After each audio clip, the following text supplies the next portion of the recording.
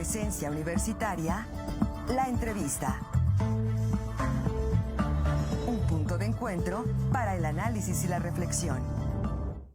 Bueno, continuamos con más aquí en Presencia Universitaria. Vamos con una entrevista. Agradecemos que en esta mañana esté con nosotros Maricruz Ocampo, abogada, quien nos va a platicar sobre el tema justamente de lo que estábamos platicando, la problemática del abuso sexual que se da muy particularmente, que es un tema que ya se ha estado investigando desde hace algún tiempo, el tema en las comunidades indígenas, y vamos a platicar de ella. Maricruz, te damos la bienvenida en esta mañana. Gracias por estar con nosotros.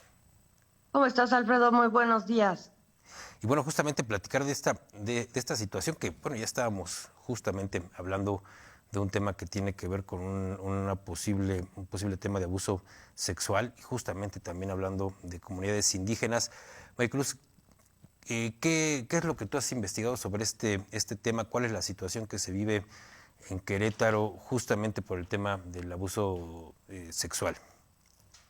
Fíjate que este caso en particular me recuerda mucho al caso de Daphne McPherson. ¿Te acuerdas que lo vimos hace varios años? Porque seguimos viendo una situación donde se criminaliza a las mujeres en este malentendimiento de lo que es un embarazo, sobre todo en el caso de esta niña, que además es un embarazo en una menor de edad.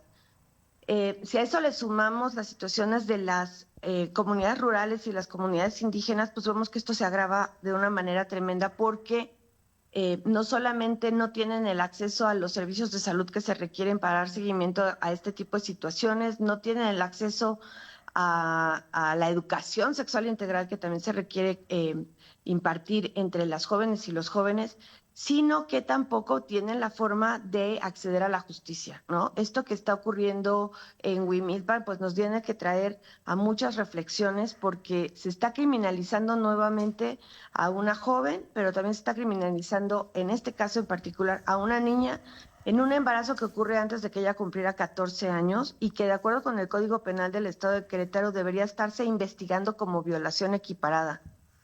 Esto es algo que nos debe llamar la atención, que nuestro Estado nuevamente esté ocupando las planas nacionales en esta persecución que se hace de las mujeres, que se hace en este caso de las niñas y de las menores, y que además no se propone un acompañamiento a la víctima, porque ella es lo que ella es una víctima, sino que se está proponiendo nuevamente el castigar la maternidad e imponerla como un castigo.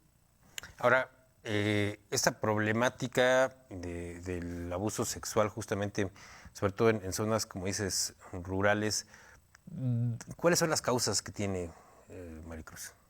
Primero, mira, son muchas. Uno es la naturalización de la violencia, ¿no? Y además la naturalización de esta violencia que implica el creer que las niñas se convierten en mujeres en el momento que empiezan a menstruar, ¿no? Se vuelven, vamos a decir, las casaderas, ¿no? Porque hay una cuestión también de usos y costumbres, de esta visión sociocultural de que ellas pueden ser, ya convertirse en madres desde edades muy tempranas, lo cual está totalmente equivocado. O sea, pensemos, esta joven, esta niña no puede trabajar formalmente, no puede pedir no puede manejar, no puede comprar cigarros, no puede ser, no puede comprar alcohol, no puede viajar por sí sola. Sin embargo, sí puede ser madre de acuerdo a nuestro estado, ¿no? Eso es esta visión de que en el momento en que se inicia una actividad sexual están preparadas para ser madres, lo cual es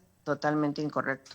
En segundo lugar está esta idea que tenemos, que es muy equivocada, de que si una joven tiene una relación sexual consentida o no, tiene que entender las consecuencias y esa consecuencia es la maternidad impuesta, que yo creo que eso es tremendo. Y luego además el no comprender que aun cuando pudiese haber usos y costumbres que derivan de una condición indígena, sobre todo en los casos de las poblaciones indígenas, como pudieran ser las de Amealco, de Tolimán, Santiago, Mexquititlán, etcétera, aun cuando Huimilpan también tiene población indígena, a lo mejor es un poco menor, estos usos y costumbres no están por arriba de la Constitución y de los derechos humanos. O sea, no se puede solapar o justificar diciendo que es un uso y costumbre de una comunidad indígena o una comunidad rural. Eso está totalmente equivocado.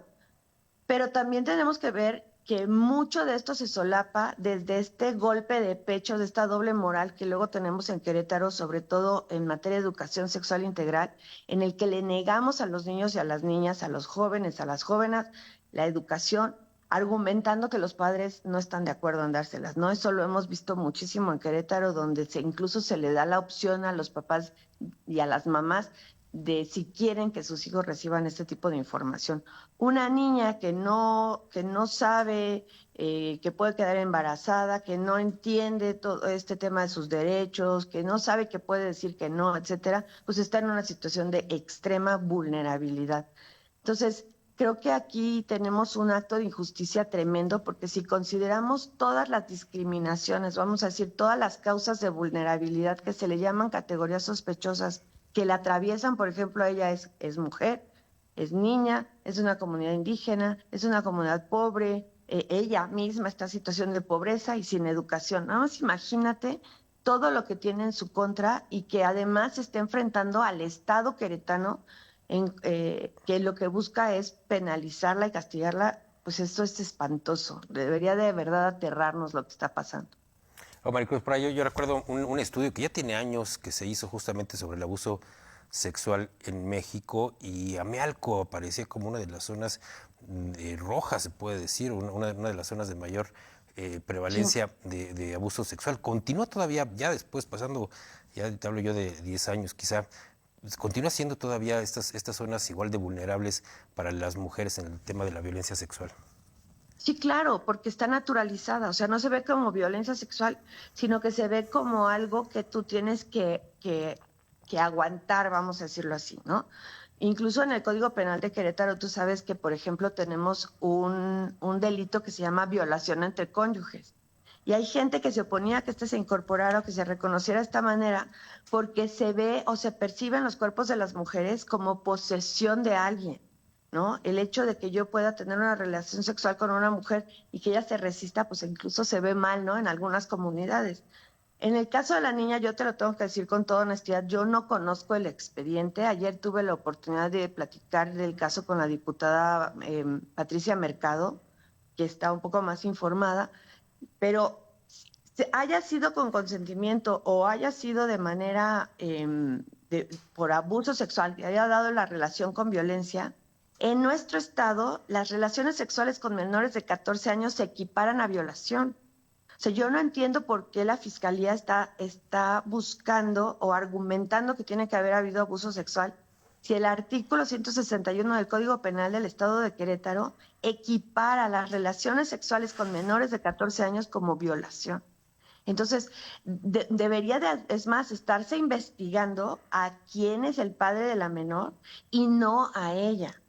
Lo que están diciendo es que esto no es un aborto, que fue un parto fortuito, como igual que en el caso de Dafne, también a las 36 semanas, y que en su investigación determinaron que el producto de esta relación nació vivo. A ver, igual que en aquel caso, esta fiscalía se ha caracterizado por la incompetencia de sus peritos y peritas cuando se tratan de casos similares a este. Entonces creo que aquí tenemos que también ver que se verifique y que un tercero, un perito realmente especializado, que se especialice en este tipo de partos, en este tipo de embarazos y en este tipo de situaciones, sea quien dé la determinación y no se lo confiemos a la fiscalía, que ya en otras ocasiones ha fallado. Ahora, Maricruz, justamente llama la atención la declaración del gobernador, que dice que no hay carpetas judicializadas por el tema de aborto en Querétaro, cuando pues, tenemos otros datos, por lo menos nosotros que aquí mismo los hemos publicado, en donde señala que sí hay casos y que Querétaro continúa todavía, a pesar de lo que ha dicho en su momento incluso la Suprema Corte. Hay casos todavía en Querétaro que se están criminalizando, judicializando por el tema de aborto. ¿Tú tienes algunos datos si existen o no existen estos casos? Mira, de acuerdo con el Secretariado Ejecutivo del Sistema Nacional de Seguridad Pública, sí hay carpetas de investigación abiertas por el delito de aborto. Ahora, es muy importante entender que el delito de aborto no solamente castiga a la mujer que realiza la interrupción de su embarazo, que lo decide, sino que también se puede castigar otras conductas, como puede ser, por ejemplo, haberla obligado a abortar, como puede ser que se le haya impuesto el aborto por parte de la pareja, etcétera. Entonces, tendríamos que tener acceso a los expedientes para saber de estas fracciones que incluye el delito de aborto, cuáles son las que se están aplicando, porque efectivamente a una mujer no se le puede castigar por abortar, porque eso ya lo dijo la Corte, ¿no? Es un derecho humano el decidir el número y el esparcimiento de tus hijos de la forma en la que tú decidas hasta antes de cierto tiempo, ¿no? Y entonces no se pueden vincular a proceso a las mujeres. Eso no quiere decir que no se pueda vincular a proceso a los médicos o que no se pueda vincular a proceso, por ejemplo, a un agresor que provoca un aborto por golpearla, ¿no? Entonces, habría que ver qué es lo que dicen o cómo es que se abrieron esas carpetas. Lo que sí es que sí, efectivamente, de acuerdo con el secretariado, sí hay procedimientos abiertos por el delito. Por eso es tan importante que se revise ya el Código Penal del Estado de Querétaro para adecuarlo a las recomendaciones, no solamente a la sentencia de la Corte, sino a las recomendaciones de los organismos mundiales de salud, de la Corte Interamericana, etcétera. ¿Y en qué aportaría que hubiera este tipo de reforma, por ejemplo, de despenalización del delito de aborto aquí en Querétaro, Maricruz? Mira, yo creo que son varias cosas. Vamos a suponer en el caso de un feminicidio, ¿no? Si tú tienes un feminicidio donde la mujer estaba embarazada, estás cometiendo un aborto, estás terminando un embarazo de manera ilícita. Entonces, podríamos incluirlo, por ejemplo, en eso como una agravante del feminicidio. En el caso, por ejemplo, de un aborto provocado por impuesto en una mujer que sí quiere continuar con su embarazo, pero que a lo mejor el marido, la pareja, el concubino, el amante, etcétera, la obliga a abortar, él debe de ser sancionado porque el derecho es de ella, el derecho a decidir es de ella. Entonces, en ese caso, se estaría realizando una terminación ilegal del embarazo. Por eso hay ciertas cosas que se deben sancionar. A quien no se le debe castigar es a la mujer que de manera voluntaria decide interrumpir su embarazo antes de un cierto número de semanas, ¿no? La Corte ha dicho que ese es un número arbitrario, hay países donde son 24 semanas, en México se ha establecido entre las 12 y las 14, pero debe de ser sancionado cuando es en contra de la voluntad de la mujer, cuando ella ha decidido proteger el producto de la gestación. Esa decisión se debe de respetar y nadie puede imponerle terminar el embarazo en contra de su voluntad. Ahora, Maricruz, finalmente en Querétaro tenemos cifras preocupantes porque estamos en los primeros lugares en temas como lesiones en contra de las mujeres, en temas como violencia, abuso sexual, hostigamiento, y pues llevamos años ya en estos primeros lugares. ¿Qué ha hecho la autoridad? ¿Qué políticas públicas consideras positivas se han implementado o hace falta todavía más trabajo? Mira, creo que hemos dado pasos importantes, por ejemplo, en el tener fiscalías especializadas, ¿no? La Fiscalía especializada en feminicidio, la Fiscalía especializada en violencia de género contra las mujeres, la Fiscalía 4 famosa. Tenemos ahora dos instalaciones Centro de Justicia para Mujeres, tenemos un muy buen refugio, yo tuve la fortuna de conocerlo, ¿no? Las instalaciones son de primer nivel. ¿Cuál es el problema? Que se ponen curitas en las soluciones, o sea, eso está muy bien, pero hemos tenido un Instituto Queretano de las Mujeres que durante los últimos 3 años ha brillado por su ausencia, que se ha enfocado en hacer estas ideas de empresariado, ¿no? Donde le dan a una mujer una olla para tamales y creen que con que haga tamales en su casa ya se volvió empresaria. Se ha descuidado el tema de la prevención. No tenemos campañas realmente preventivas donde se informe a las mujeres de sus derechos, por ejemplo, comparadas como las que se anunciaron cuando estuvo 5 de febrero, que nos estuvieron informando hasta cuándo le ponían las varillas a esa calle. No tenemos no tenemos campañas. No tenemos módulos fijos donde se dé no solamente atención psicológica y acompañamiento a las víctimas, sino que también tengan representación jurídica en casos donde las violencias no son graves, porque solamente lo hacen en violencias que son graves o muy graves, ¿no? Y eso pues nos genera un problema. No tenemos fiscalías especializadas en las zonas de la Sierra Gorda y tampoco en las zonas indígenas como Amealco, como Huimilpan, como Tolimán, sino que siguen siendo llevadas por fiscales y fiscalas que llevan todo, desde abigeato, fraude, esto y robo a casa habitación, ¿no? Entonces no están especializados y especializadas y el número de personas especializadas es muy poca. Y la Comisión Estatal de Víctimas, por ejemplo, la maestra Karen Cedillo, ni siquiera tiene nombramiento, o sea, ella ha estado encargada del despacho desde hace 3 años, no tienen un fondo adecuado para satisfacer las necesidades de todos estos casos y además no hay asesoras jurídicas de víctimas, trabajadoras sociales, etcétera, suficientes para atender todos los casos. La ENDIRE, la Encuesta Nacional de la Dinámica de las Relaciones en los Hogares, que se publicó en 2021, señaló a Querétaro como el primer lugar nacional en violencia contra las mujeres en el año del 2020 al 2021.